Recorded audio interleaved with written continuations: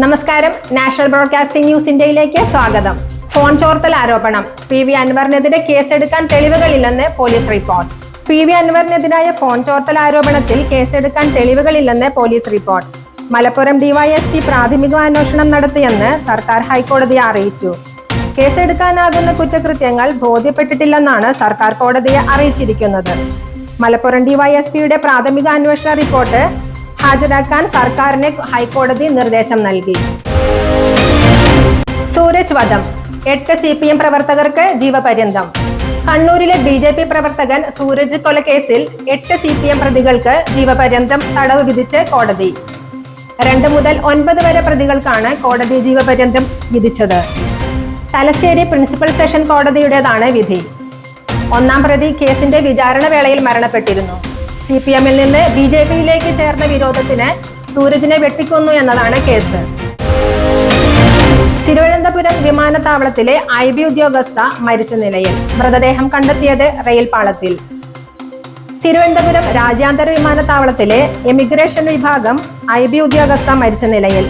പത്തനംതിട്ട സ്വദേശി മേഘയാണ് മരിച്ചത്.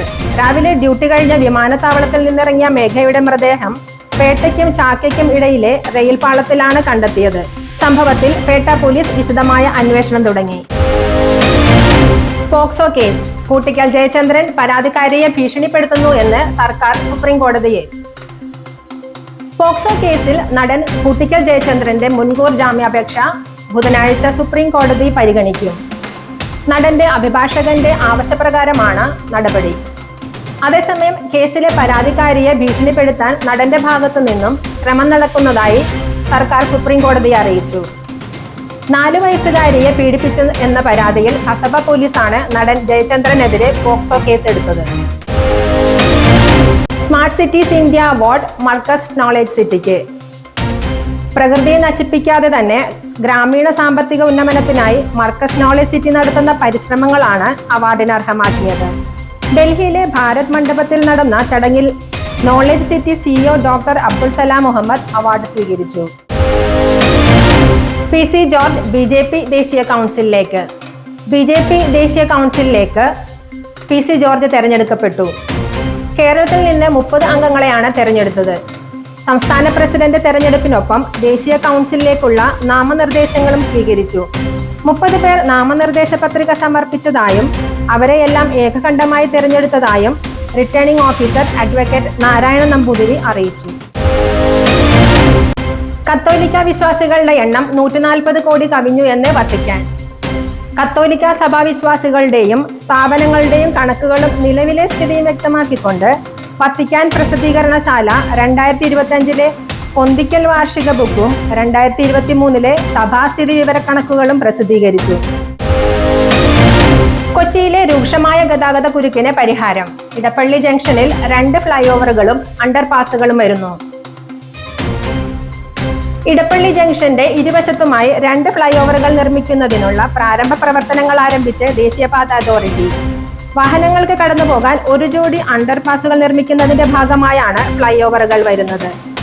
NH 66 NH 544 മുറിച്ചു കടക്കുന്ന ജംഗ്ഷനിലെ രൂക്ഷമായ ഗതാഗത കുരുക്ക് ഇതിലൂടെ പരിഹരിക്കാനാവുമെന്നാണ് പ്രതീക്ഷിക്കുന്നത്. സൗദിയിൽ ഞായറാഴ്ച പെരുന്നാളിന് സാധ്യതയെന്ന് സൗദി മജ്മഅ യൂണിവേഴ്സിറ്റി. റിയാദ്. സൗദിയിൽ ഞായറാഴ്ച പെരുന്നാളിന് സാധ്യതയെന്ന് പ്രവചനം. സൗദിയിൽ റമദാൻ 29 ശനിയാഴ്ചയാണ്. അന്നേ ദിവസം രാജ്യത്ത് മാസപ്പിറവി നിരീക്ഷിക്കും. ശനിയാഴ്ച സൂര്യാസ്തമയം 6:12 ചന്ദ്രൻ അസ്തമിക്കുക 8 മിനിറ്റ് കഴിഞ്ഞ് 6:20.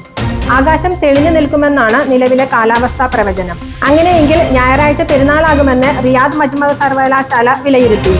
ശനിയാഴ്ച രാജ്യത്തുടനീളം മാസപ്പിറവി നിരീക്ഷിക്കാനും ഒരുക്കങ്ങൾ പൂർത്തിയാക്കിയിട്ടുണ്ട്. സ്വർണ്ണവില ഇടിഞ്ഞു.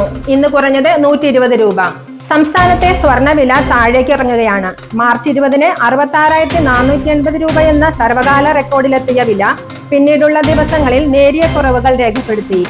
കഴിഞ്ഞ 2 ദിവസം ഒരേ വിലയിലാണ് വ്യാപാരം നടന്നിരുന്നത്. ഇന്ന് പവന് 120 രൂപ കുറഞ്ഞ് 65,720 രൂപ എന്ന നിരക്കിലാണ് വ്യാപാരം നടക്കുക.